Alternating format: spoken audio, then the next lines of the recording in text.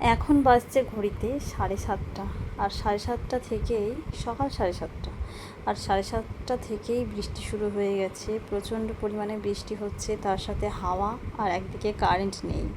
তো অনেক দিন পর বৃষ্টি এভাবে হচ্ছে, ভালো লাগছে। কি বলতো, এর আগের বছর এই সময়টাই জলের কষ্ট শুরু হয়ে গেছিলো, কিন্তু এই বছরটা হয়নি, কারণ মেঘে বৃষ্টি হচ্ছে।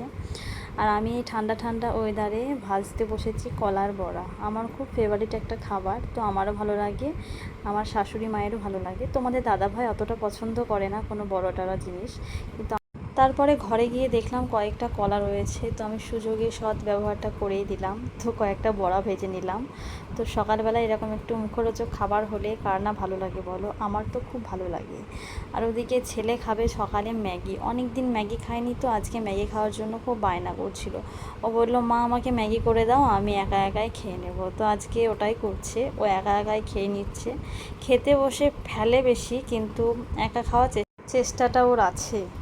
ও কারো সাহায্য ছাড়াই কাজ করতে ভালোবাসে, তো এটা দেখতে ভালোও লাগে, আমারও ভালো, নিশ্চিন্তে থাকি। আর এদিকে বড়া ভেজে ভেজে নিয়েছি গরম গরম, তাই মা বারান্দার ওদিকে শুয়ে আছে, তো মাকে দিতে এসেছি।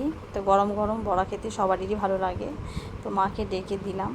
আর আজকে বৃষ্টি পড়ছে বলে আমার মেজো যা খিচুড়ি করেছে, তো আমি এখনও ভাত রান্না করিনি, ওই বলে একটু খিচুড়ি নিয়ে খাইয়ে। হ্যালো বন্ধুরা, গুড মর্নিং সবাইকে। লিপিকার ফ্যামিলিতে তোমাদের সবাইকে জানাই অনেক স্বাগত আর অনেক ভালোবাসা। আমি খুব ভালো আছি, আশা করি তোমরা সবাই খুব ভালো আছো।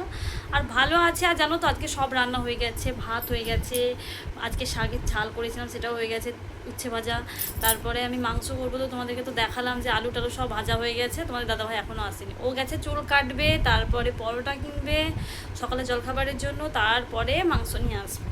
তো কখন আসবে কি জানি, আবার খেয়ে দিয়ে নাকি আবার কাজে যাবে বহরমপুর। তো কখন আসবে কি জানি বাবা।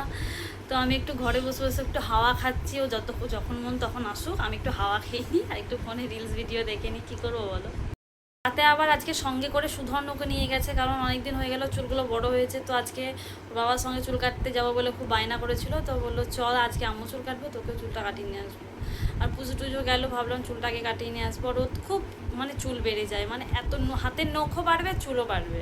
তো গরমও পড়েছে, তো ওকে নিয়ে গেছে, তো গাড়ি নিয়ে গেছে, চলে আসবে তাড়াতাড়ি। তো কারেন্ট ছিল না, বাজারে ফোন করলাম, তো বললো কারেন্ট নেই, তো কারেন্টে এসছে, চুল কাটবে তারপরে আসবে।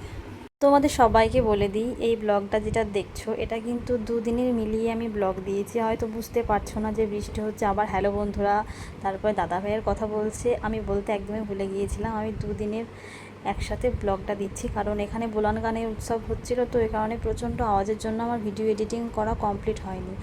তো ওই কারণে তোমাদেরকে কোনো ব্লগ দিতেও পারিনি কয়েকদিন। তো ভাবলাম দুই দিনের ব্লগটা একসাথে দিয়ে দিই, তাহলে তোমরা বুঝতে পারবে, দেখতে ভালো লাগবে।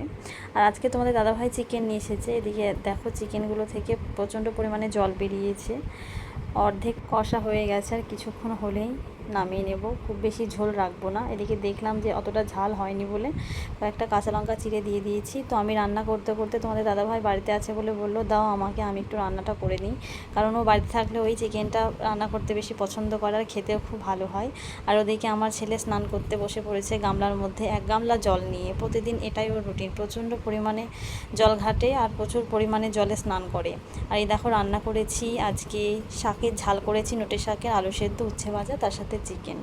আর এই আমগুলো দেখছো, তোমাদের দাদাভাই আজকে কাজে যায়নি বলে আমাদের বাগানে গাছ লাগানো আছে, তো আম নিয়ে এসেছে, খেতে মিষ্টি আর লবণ ঝালও করে নিয়েছে, ওরাও খাবে আর আমিও খাবো। আমি আমটা অতটা পছন্দ করি না, এত গরম পড়ছে তাই কোনো উপায় না পেয়ে মুখে বরফ ঘষছি, আর এত আরাম লাগছে না, এমনিতেও মুখে বরফ দেওয়া ভালো। তো প্রচণ্ড গরম। আমাদের এখানে আদম গাদমের পুজোতে প্রচণ্ড ধুমধাম হয়, আর এখানে আদম গাদমের মাথায় সবাই জল ঢালতে আসে বলে আমার ভাগ্নেরা যাবে, তাই বাক রেডি হয়ে গেছে ওদের, তাই তোমাদেরকে দেখিয়ে দিলাম। আর এখানে ডিও প্রচণ্ড রেগে গেছে, সুধর্ণ ডিওকে মেরেছে বলে। সুধর্ণ তোকে কিছু বলবি, তুই লাথি মেরেছিস, হেই মা কি অবস্থা,